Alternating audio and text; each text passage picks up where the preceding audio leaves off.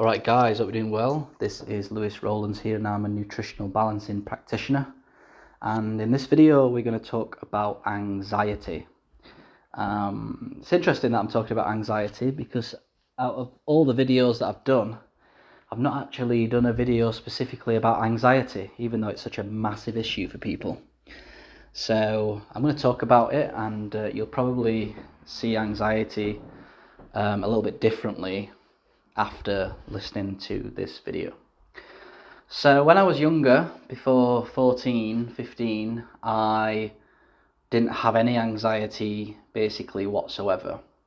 And then all of a sudden, when I was about 14, 15, anxiety started creeping in. And one of the biggest problems, especially when you're a teenager, is, lack of life experience. So usually when you start getting anxiety as a teenager, you think there's something wrong with you. You think you've got a mental problem. You are sort of feeling shame around it, sort of feeling guilty around it. When you're growing up, you do not get any of the sort of information that I'm probably going to talk about in this video, because anxiety in society is a psychological issue. That's what they say. It's all in your mind. It's a psychological thing. There's a problem with you. There's a problem with your brain, and you'll usually go to a psychologist, and the psychologist will say you've got low self-esteem, you don't love yourself or whatever, and usually they'll prescribe you some sort of medication, or the doctors will prescribe you medication. What's interesting about the medication is what the medication tries to do is change your brain's biochemistry. So here's where I think the medical community are completely wrong about anxiety. Similar thing happened to me. Went to the doctors, they sent me to a psychologist, tell me I had low self-esteem. I went through some sort of cognitive behavioural therapy, didn't get anywhere with it, and my anxiety basically just started getting worse, and my depression started getting worse. And another thing that the medical community tell you is, if you're feeling depressed and feeling anxious, go and do more exercise, for example, which ironically ended up making things worse. Now I'm sort of 10 years down the line on the healing program I started when I was 21. And bearing in mind, at 2021, my anxiety and depression was just in the extreme, to a point where I was actually derealized or detached from reality 24/7. I had brain fog 24/7 too. And then I started a nutritional healing program. Interestingly, when I cleaned up my diet, cut down on the alcohol, reduced stimulants, my anxiety started to initially reduce, and then after a while it completely disappeared, and made me realize that there's a lot more to anxiety than what people think. So nowadays, working with hundreds of people and probably handing out advice to thousands of people, and working with people like Dr. Wilson and other practitioners, it's clear to me that anxiety often stems from other things outside of the mind. And this is one of the first things people need to realize, especially when they're younger, is that if you've got anxiety or depression, it's probably not a great idea to go direct to the mind as if you've got some sort of mental problem. Sometimes this is the case, sometimes you can be completely healthy and you've had some sort of massive trauma related to anxiety, and that trauma keeps getting triggered. But usually if you're healthy, you can overcome them sorts of traumas and deal with the root cause, which was the trauma, so the anxiety disappears, if that makes sense. So if you have chronic anxiety and you can't really match it up to a trauma, and you don't particularly take good care of yourself, then you can sort of bet your life sometimes that the anxiety is actually coming from poor biochemistry, which is due to basically not looking after yourself properly. So especially when you're younger, we're used to eating junk food, eating crap, which again was quite confusing for me because, as a youngster, you sort of put your trust in adults and then realise later on in life that 99% of the stuff in supermarkets is not actually good for consumption. So if you look at your body like sort of like a Ferrari or sort of an extremely complex robot, and our body is way more complex than that. You have a Ferrari, and what you do with it is, the fuel that you're putting into the Ferrari is sort of like chip fat. Or let's say we've got the most advanced robot in the world from like Boston Dynamics. These robots are absolutely pristine, and they've got oil in them, and they've got special lubricants. Well, imagine sort of replacing that lubricant with a sort of sticky glue and changing the oil and, adding toxins into the oil. Adding toxins into the oil of a Ferrari. Driving the Ferrari, well, I'll go into that analogy after. So if you're providing these robots, advanced robots, these cars with poor fuel, and then you drive around in the Ferrari and it's not really working very well, why would you blame the driver? And this is what people do these days. They blame the driver when in reality it's the car that's not working properly. And usually by changing the fuel, i.e. eating the proper diet, which is designed for humans, or giving fuel that's designed for Ferrari, you generally find that the car works better. But unfortunately, although that's going to go a long way for you to start feeling better, changing your diet, usually that doesn't solve the problem. Because if someone's chronically anxious, usually there's more to it. Usually the body's in a bit more of a deranged form. So let's say initially the Ferrari was being filled with poor fuel. What happens is the driver doesn't connect up the fact that they're feeling anxious with the fact that they're giving themselves a poor diet. So they'll keep driving around in the Ferrari. And usually what they'll do is they'll sort of press the pedal down on the Ferrari even more. So they'll do more things to try and get themselves out of anxiety. They'll maybe exercise more. They'll go out with friends even more, which they'll do more in order to try and somehow exercise their way out of anxiety or whatever, because the medical community say, if you're anxious or depressed, go and do exercise or go and do things or go and get out. But what's happening is now we've got another problem where the pedal is to the metal. The foot is completely down on the accelerator of the Ferrari, which has been filled with poor fuel. So now the engine, not only has it got poor fuel, but the engine's running at 100 miles an hour. So the engine begins to get worn out. It's just under too much strain, and the engine is like your organs in your body, your adrenal glands, your liver, your kidneys, your brain, it's all connected.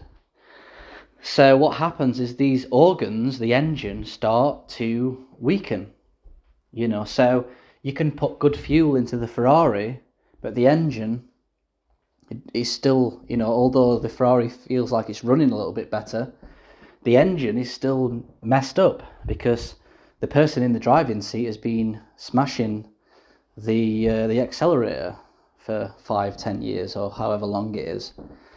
And this is what's difficult. This is why so many people can't get out of anxiety or depression, or because they don't understand the reasons why they've got themselves into that position in the first place. So once your adrenal glands are weak and your thyroid glands are weak and your liver's weak, you then have to rebuild these organs. So what do you do if the engine's been running on full steam for the past 5 years? You need to basically take your foot off the pedal, which is slow down, and don't do too much, don't be overdoing things, and basically put the car into the garage. Now, putting the car into the garage in sort of human terms is finding a health practitioner that finding a mechanic that actually understands how to fix a Ferrari, because there's not many mechanics out there that can fix Ferraris. There's a lot of scam mechanics out there that pretend they can fix Ferraris, but they don't actually do a good job, you know. And some mechanics, i.e. psychologists, will turn around to the Ferrari driver and say there's nothing wrong with the Ferrari, it's the driver that's the problem.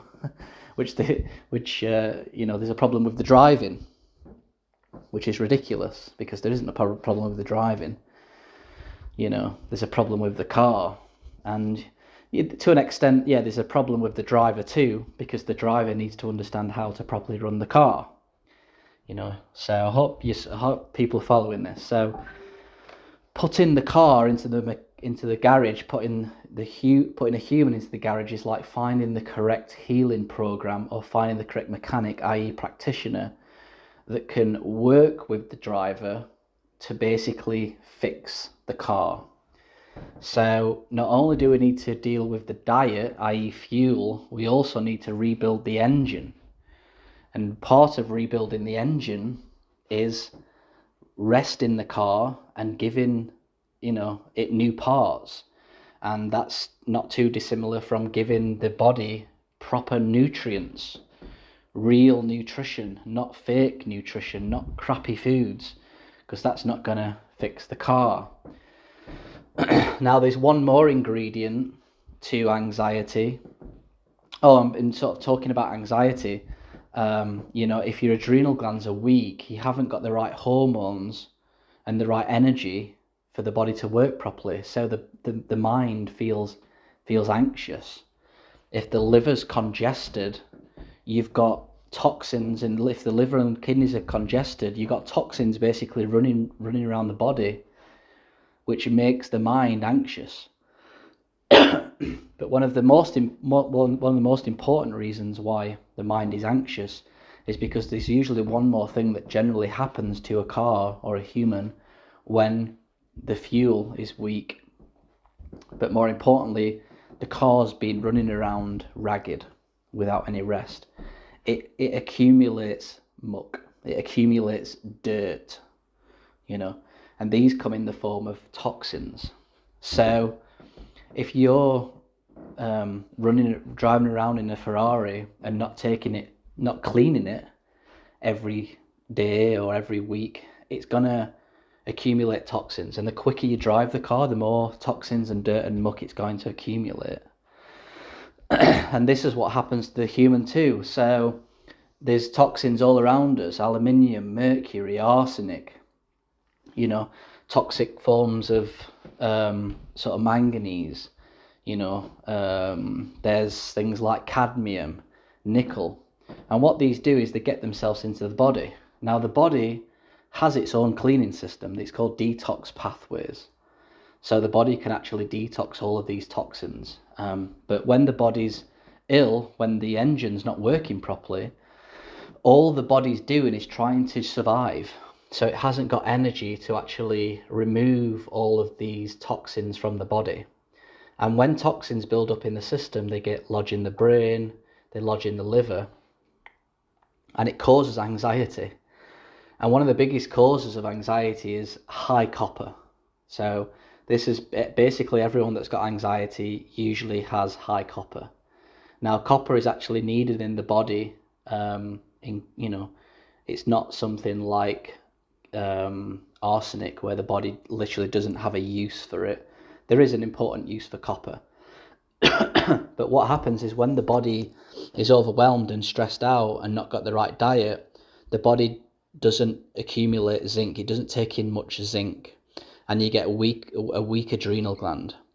And sort of zinc and copper, they sort of like matched, if that makes sense, or they're twinned. And usually, in simple terms, if you've got low zinc, you've got high copper. And if you've got weak adrenal glands, the adrenal glands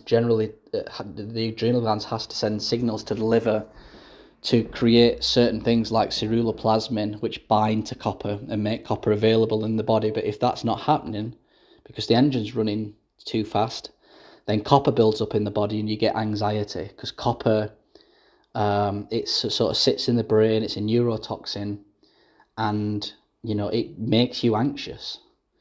So there's no amount really of cognitive behavioral therapy that can fix that. And if the doctor says, take this pill, take this medication, that's a little bit like taking the Ferrari and giving it a lick of paint. It doesn't actually do the job, and a poor lick of paint too, whereby it sort of washes off really quick. You're not fixing the root problem. So what we do in nutritional balancing is we actually fix the root problem by giving people hair tests, because a hair test can see the mineral composition of the body inside the cells.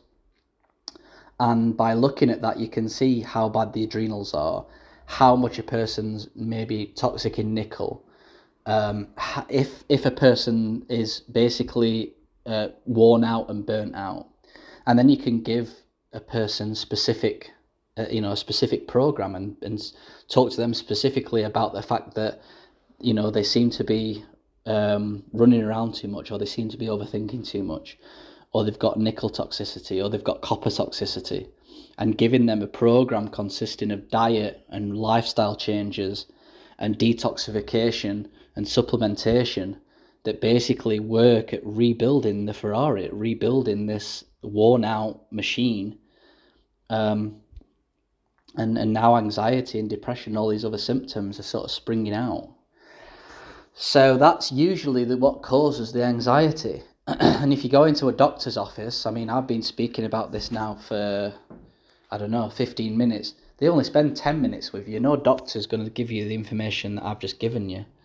I don't know, I think a lot of people aren't aware of this too much, is because it is very, very specific ways of healing. So you got to find the right mechanics. Some mechanics will give you bad advice and can actually make the anxiety even worse.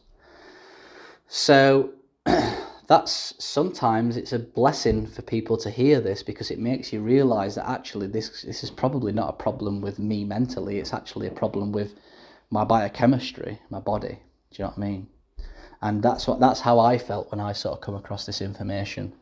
Was I was relieved, because I thought, maybe I'm not going mad after all. Maybe this is a physical problem.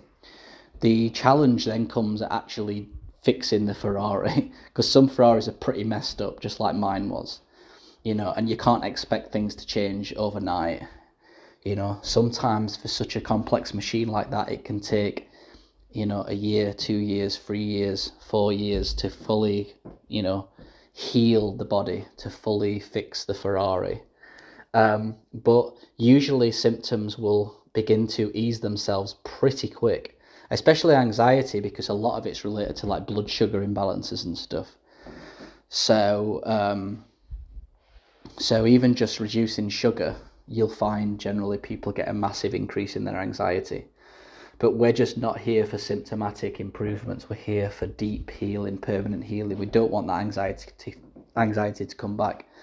So I went from crippling anxiety from around 15 to 21, social anxiety, derealization 24/7, completely messed up, to I haven't had anxiety now in years. In fact, I can't even remember what it feels like to be anxious. The reason why is because I've spent a lot of work fixing the Ferrari, and now it's much more permanently healed. So hope that makes sense to everyone listening. And the best thing to do then is to try and find a practitioner that studies nutritional balancing, get a hair test, get yourself on the program, and heal. All right, guys, thanks for watching. Speak to you soon.